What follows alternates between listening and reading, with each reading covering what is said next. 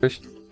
W tym filmie pokażę, jak włączyć lub wyłączyć dźwięki blokady ekranu na Honor X60 Pro. Musisz zacząć od otwarcia aplikacji ustawienia, a następnie przejść do dźwięk i wibracje.